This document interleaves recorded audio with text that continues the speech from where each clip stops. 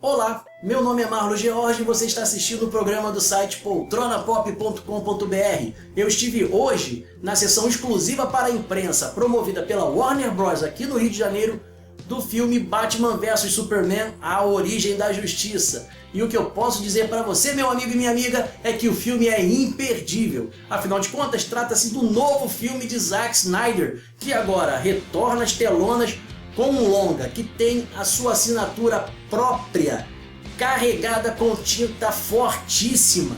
Afinal de contas, bastam 5 minutinhos, para você reconhecer que aquele é sim um filme de Zack Snyder, apesar de não ter aquelas cenas de ação com slow motion, pelas quais o diretor ficou muito conhecido no passado, em filmes como 300, o Watchmen, não usou em O Homem de Aço e graças a Deus não usou nesse novo filme, né? Afinal de contas seria horrível ver o Batman batendo no Superman desse jeito, nossa senhora, isso já está datado.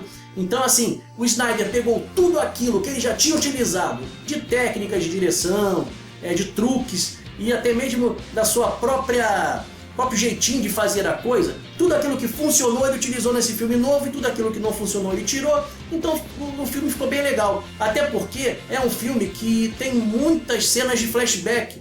E nessas cenas ele optou por fazer o seguinte: em algumas delas ele colocou uma paleta de cores que é muito parecida com aquela do 300. Então esse tipo de coisa faz com que o filme tenha identidade própria, né? O diretor tem essa identidade. E é muito legal ver um diretor da geração, né, da nova geração, da nossa geração, fazendo esse tipo de coisa, já colocando o seu próprio timbre, né, a sua própria identidade pessoal em um filme, isso sendo reconhecível, e principalmente por ser um filme que até o momento, né, afinal de contas o Snyder ainda não encerrou a carreira, eu considero a sua obra-prima. Isso porque o filme é muito bem dirigido, tanto no aspecto técnico quanto no aspecto artístico. Né? No técnico ele estava muito bem acompanhado com a Warner Bros. Né? E também com a Weta Workshop, que é responsável pelos efeitos visuais de O Senhor dos Anéis. Né? A trilogia, O Senhor dos Anéis, O Hobbit, Nárnia também, enfim, vários filmes aí já contratam a Weta, né, que se notabilizou, né, lá na adaptação da obra do Tolkien. E hoje vem arrebentando. E eu acho até que é por isso que o Apocalipse que a gente viu no trailer, né, tá tão parecido com o Trono das Cavernas de Moria do primeiro filme da saga do Anel. Né? Mas assim, não é isso que tira o brilho, né, dos efeitos especiais, que são ótimos, com exceção de uma cena. Eu não vou dar o spoiler aqui, mas cara, tem uma cena no final do filme que é de um momento chave, então eu não vou dar spoilers nesse vídeo. Efeitos visuais muito competentes, as escolhas das locações e das externas, né, principalmente, são muito bem resolvidas. Tem uma cena em Smallville, cara, que é linda, cara, tem um campo assim maravilhoso, muito bonito de se ver. A direção de fotografia conseguiu fazer com que esse filme, Batman vs Superman, apesar de ser um filme de ação, ser um filme bonito de se assistir. As cenas de ação, elas não são prejudicadas pela fotografia e nem tudo fica muito bem. É um filme muito arrojado nesse sentido. A palavra que eu queria achar era essa, arrojo, que é um filme muito arrojado.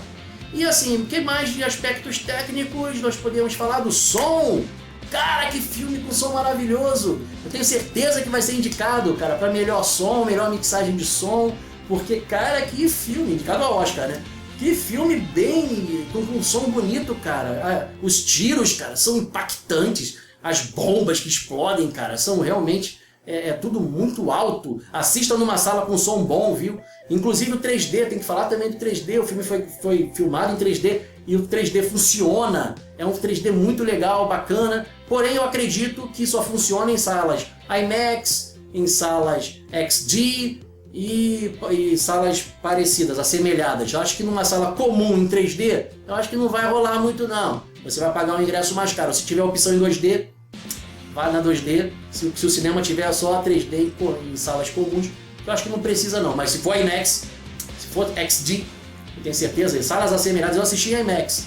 Mas em salas desse nível, eu acho que o filme vai rolar. E rapaz, tem hora que toma cada susto, cada coisa que vem na tela não vem gratuita.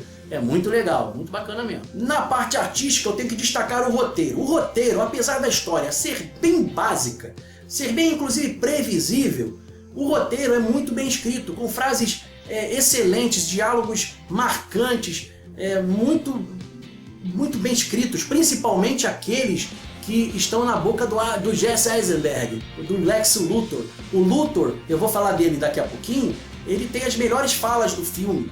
E assim, o roteiro só falha numa coisa, que eu achei que ele não falharia. No seguinte, em algumas cenas que remetem aos quadrinhos, poderiam ter sido utilizados, né, adaptações do texto dos quadrinhos. Naquele momento em que o Batman dá a porrada no Superman, né, eles tinham que ter colocado o texto de Batman, o Cavaleiro das Trevas, do Frank Miller.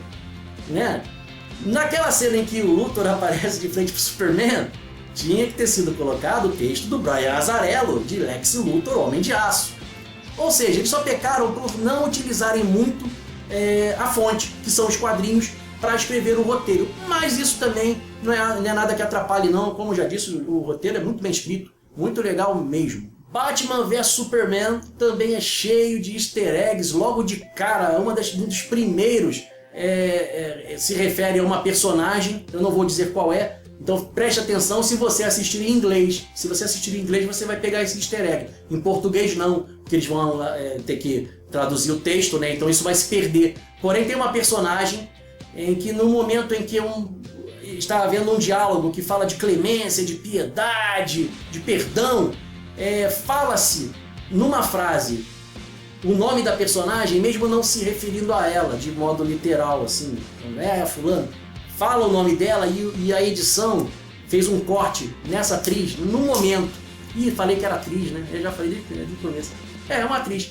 Então, quando eles falam lá, não sei o que, um perdão e tal, clemência e tal, aí corta na atriz, é um easter egg visual, elegante, como todos os outros easter eggs, eles não ficam na sua cara, não são coisas assim, gratuitas, como a gente já viu, como por exemplo, não vou citar exemplo aqui não, porque senão eu vou dar spoiler. Então assim, tem easter eggs, você pode ficar tranquilo, mas os easter eggs mais legais talvez só vá pegar quem conhece os quadrinhos, que são easter eggs, como já disse, visuais, que remetem a cenas desenhadas por Lee Bermejo, por Frank Miller. Tem uma hora que o Ben Affleck trinca o dente, que eu vi o desenho. Parece que eles mexeram no dente do cara para ficar igual. É incrível. Também George Pérez, tem coisa lá, e muito maneiro. Vasquez Lopes, por exemplo, também. Tem coisa dele lá também. E assim, então é muito bom, porque isso é um easter egg pro fã de quadrinhos, pro cara que conhece as histórias, que leu isso a vida inteira, é um presentão. Eu até vou dar uma de Luthor aqui, citando questões bíblicas, ele sempre fala assim, coisas históricas, bíblicas, citando acontecimentos do passado. Então vou citar a Bíblia aqui, dizer o seguinte, meu amigo: aquele que tem o conhecimento irá reconhecer a marca das grandes bestas da DC Comics, cara. Os grandes mestres, os grandes quadrinistas, afinal de contas, é um filme de quadrinhos. Tinha que ter sim as homenagens aos quadrinistas, aos desenhistas. E é muito legal porque durante os créditos, lá no finalzinho dos créditos, rola a citação e agradecimento do Zack a todos os grandes mestres que já passaram o seu pincel ou o seu lápis ou já escreveram para o universo DC, principalmente para os personagens que aparecem nesse filme. Isso foi foi respeitoso, foi bonito de ver, eu gostei, achei legal, que bacana que eles citaram, agradeceram aos grandes quadrinistas. Eu já estou me alongando demais, vamos passar para o próximo tópico. Falamos de tudo, falamos de aspectos técnicos, também artísticos, por roteiro, parte de roteiro. E falando em roteiro, temos que falar, é claro, daqueles que os decoram para o nosso bel prazer, né, que são os atores. E é o seguinte, Henry Cavill está de volta como Superman e novamente convence pouco, porque ele é um péssimo ator, infelizmente ele é uma tábua, falou um monte de besteira outro dia, né, falou que só atua para ganhar dinheiro, para comprar bugiganga em shopping, para ir para balada, ou seja, deve ser por isso que sai uma merda depois, né? Aí fica todo mundo criticando, não convence, é só um peitoral na tela. Não é, né? Não era para ser assim, o Superman merece um pouco mais de respeito, né? E dessa vez ele até está um pouquinho melhor, mas não é porque ele atuou melhor não, é porque o roteiro é bem escrito E como o filme tem uma carga dramática muito pesada, inclusive, e o Superman passa poucas e boas ali, então isso serve de muleta para a atuação do Henry, que mostrou novamente a mesma coisa, que é inepto, que infelizmente como ator é muito fraco. Quem assistiu Agentes da Uncle sabe do que eu estou falando. Já o Ben Affleck não, né? Apesar de todo o mimimi, todo o blá blá blá que se falou quando ele foi anunciado, que ia ser uma porcaria, o cara vai lá e mostra o melhor Batman do cinema. Sério mesmo, eu já esqueci do Christian Bale, cara. Sabe? Cara, ele está incrível como Batman, está medonho, cara, tá muito legal. O filme já começa, né, com o Batman. Eu já ia dar spoiler, não posso, tô esquecendo, não vou dar. Então é o seguinte, não vou dar spoiler, porque fica complicado, é chato. E o Zack Snyder pediu pra não dar spoilers, né, no início da sessão de botar o Zack lá falando, não dá spoiler não, então a gente não vai dar aqui. Então é o seguinte, Ben Affleck arrebentando, realmente tão bem quanto ele estava no filme Garota Exemplar, que tem uns 2 anos atrás aí, ele estava muito bem também, ele retorna ao cinema num papel de quadrinhos e muito bem, legal, bacana pra ele. E é o seguinte, outro que estava muito bem também era o Jesse Eisenberg, que também eu tava com o meu... Então, se o nariz quando ele apareceu, vai ser o Luthor, aquele cara do Zumbilândia, aquele cara da rede social, aquele cara não interpreta, ele fica parado na tela, fala umas frases com a boca fechada, assim, né? Vai ser uma porcaria. E aí o que acontece? Pegam, o roteiro proporciona um personagem, digamos assim, filosófico, teatral, o máximo o Luthor, cara, muito bem desenvolvido pelo roteiro. E aí o que o Jesse faz? Ele vem e interpreta o personagem de forma teatral. E aí o que acontece? Esse personagem, sendo feito teatralmente, ele se tornou uma peça fora do contexto daquele universo. E ele é fora de contexto, não do modo negativo, positivo. Por quê? Porque ele é insano. Então ele parece que é aquela pessoa que pensa fora da caixinha, só que ele é completamente maluco. Citando, como já disse, né, momentos históricos, mitos gregos, coisas até do Paraíso Perdido de Milton, ele fala de Nietzsche. E o Superman é um personagem nietzscheano, então quando ele fala, quando ele cita Nietzsche, sem citar, é uma citação. É incrível porque vem das origens daquele universo ficcional, então isso foi muito bem desenvolvido. Pô, cara, Jesse Eisenberg finalmente convenceu, né? Quem convence também, mas sempre convenceu, o Lawrence Fishburne, que volta também como o Perry White, dessa vez um tanto quanto meio J. Jonah Jameson, né? Lá o editor do Clarim Diário do Homem-Aranha, ele tá meio parecido, assim, tomando algumas atitudes parecidas. Então isso, assim, em certo momento, parece até que foge um pouco do personagem dos quadrinhos, que era até um pouco meio... era exigente, era mas menos forçado, era um meio o chefão maneiro, entendeu? Que perde um pouco, mas ele tá maneiro também, tá bem, porque é o Perry White, né, cara, é o Lawrence Fishburne, melhor dizendo, e ele tá muito bem também. Mas quem está no filme é Amy Adams, cara, Amy Adams sendo Lois Lane novamente, não convencendo novamente, mas como ela é a mocinha a ser salva pelo Superman, ela faz esse papel e é isso que a gente espera mesmo. E a Amy tá velha, cara, pô, nesse filme ela envelheceu pra caramba. E é o seguinte, a gente fica sempre na torcida, pelo menos eu, pra que ela morra, né? Eu sempre fico. E o filme tá muito ruim, desde o primeiro filme do Homem de Aço, já não tava curtindo muito, falei, mas morre logo. Achei que ela ia morrer nesse, não vou dar spoiler, será que ela morre, será que ela não morre? Será que temos morte nesse filme? Não sei, será que temos? E assim, como eu tô quase dando spoilers aqui, então eu vou parar um pouquinho de falar sobre o filme, vamos para a parte de spoilers, que são spoilers que eu não vou contar a história do filme não, mas tem uma ou outra coisinha que eu vou falar que de repente vai estragar a sua diversão, eu não quero que você fique bravo comigo, então vamos para as perguntas dos habitantes do Poltronaverse, né, sobre Batman vs Superman, e é claro, novamente, tem spoilers, hein, pode ter, não sei, vamos ver. E aí galera do Poltrona Pop, confesso que eu gosto muito do programa de vocês, estou sempre compartilhando, sempre assistindo, a respeito do Batman vs Superman. Os últimos trailers não têm conseguido ter tanta expectativa sobre o filme. O primeiro, confesso que eu assisti, gostei bastante, mas os últimos trailers não tem me empolgado muito. O filme realmente é muito bom, vale a pena você assistir o filme, vale a pena ter a mesma expectativa do primeiro trailer. Vale, Fabrício, vale sim, pelos motivos já expostos, né? Afinal de contas, como eu já te disse, tem um roteiro maravilhoso, é possivelmente a obra-prima do Zack Snyder. Você pode assistir, inclusive, esse filme sem ter assistido O Homem de Aço, porque o filme explica tudo o que está acontecendo de uma maneira até bem inteligente. Logo no início do filme, você tem a explicação do que está rolando, para você poder entender também, né, o que acontece. E isso se dá numa cena com o Ben Affleck. O Bruce Wayne está em Metrópolis assistindo a destruição, né, de Metrópolis em loco. E numas cenas que até lembram um pouco o quadrinho Marvels, da Marvel, né? Que não tem nada a ver com isso, mas parece, porque é do ponto de vista de quem está sofrendo com o que os heróis estão fazendo lá no céu, destruindo a cidade inteira. E é uma cena tocante, inclusive emocionante, muito bem realizada.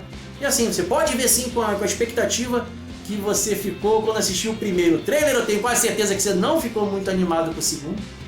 Mas sabe por quê? Porque os trailers não entregam muito a história. A história é bem batida. Muitas das especulações que foram feitas acabam ocorrendo. Mas você vai se surpreender, eu tenho certeza, Fabrício. Você vai curtir muito o filme.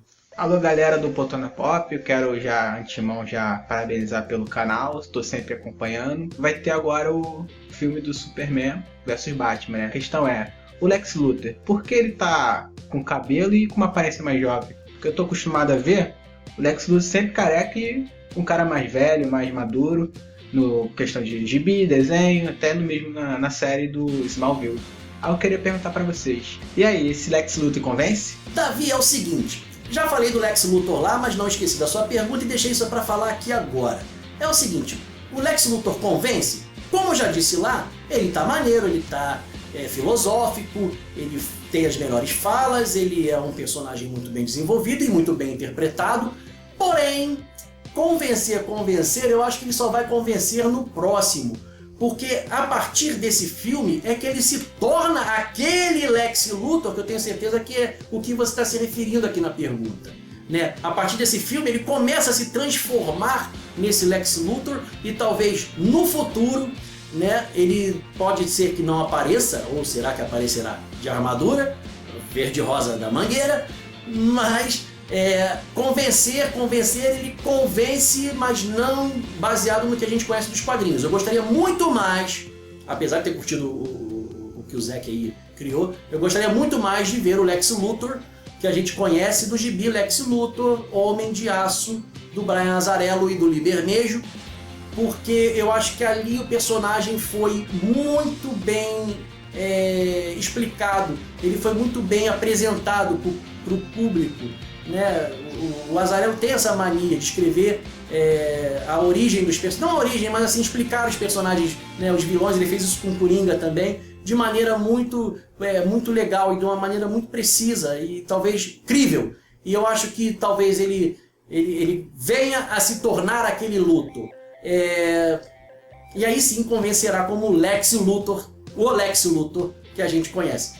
Por enquanto ele convence como uma origem, um Lex Luthor Origens, né? Mas só convence por causa do texto, por causa da interpretação, do modo teatral, como eu já falei. Agora vamos ver no futuro, afinal de contas, né? Algo nos reserva aí sobre o Luthor nesse filme que virá, né? A Liga da Justiça. Vamos ver o que vai rolar aí. São 2 filmes, vamos ver o que vai vir. E aí, galera, eu tenho 2 perguntas. A primeira é se o Batman vai usar a Kryptonita contra o Superman. E a segunda é se a Mulher Maravilha ela vai ser coadjuvante ou ela vai ter real importância no filme. E aí eu fico aguardando a resposta de vocês. Valeu! Pois é, Gabriela, essa pergunta tem spoiler, então se você não quer saber, sai daqui, ó, vou contar até 3. Vou contar, ó, Batman, Super-Homem, Mulher Maravilha. Viu? Já saiu daqui? Vou contar o spoiler. Sim, ele usa a Kryptonita contra o Superman, cara. Ele usa sim. E é maneiro pra caramba, é da maneira como a gente espera, pelo que a gente já viu nos trailers, pelo que a gente já conhece dos quadrinhos. Eu só não gostei muito da maneira como ele obtém, porque a maneira como ele obtém Kryptonita pra enfrentar o Superman novamente citado, Lex Luthor, Homem de Aço, é muito mais interessante do que a maneira que foi, como foi feita no filme, mas como foi feita no filme também tá valendo, porque garantiu mais cenas de ação, né? Ficou bem legal também, mas ele usa sim. E a Gal Gadot, que faz a Mulher Maravilha, ela não está lá só como mero bibelô na estante, não. Ela convence, ela está lá com uma função, ela está lá para fazer uma coisa que até então seria impossível sem a personagem, que seria unir os meta-humanos que ainda não foram revelados ao público. Né? Nós temos as citações aos heróis Flash, Cyborg e Aquaman. Isso nem é spoiler, porque os atores já estavam confirmados no elenco. Mas ela é quem irá unir a Liga da Justiça para os próximos filmes, né? Inclusive numa cena muito legal no final do filme em que ela conversa com o Bruce Wayne sobre o assunto, e aí o Bruce diz para ela, cara, ela pergunta, né, eles vão lutar? Será que essas pessoas que são poderosas vão querer se unir a nós para lutar? Aí o Bruce Wayne fala, eles virão, pode acreditar que eles virão, e é muito legal. E assim a gente encerra o nosso vídeo de hoje, agradecendo a você que assistiu, agradecendo a galera que fez perguntas aí, cara, muito obrigado. E é o seguinte, se você quiser saber mais sobre o universo da cultura pop e do mundo nerd geek, acesse poltronapop.com.br ou as nossas redes sociais, sempre /poltronapop, seja facebook.com/poltronapop, youtube.com/poltronapop, twitter.com/poltronapop, e fazendo isso você fica mais perto da gente, fica sabendo um pouco mais sobre as coisas que nos interessam, que são as coisas da cultura pop que nos apetecem, e também ficará em boa companhia, se a modéstia me permite dizer. Valeu, galera, já até a próxima!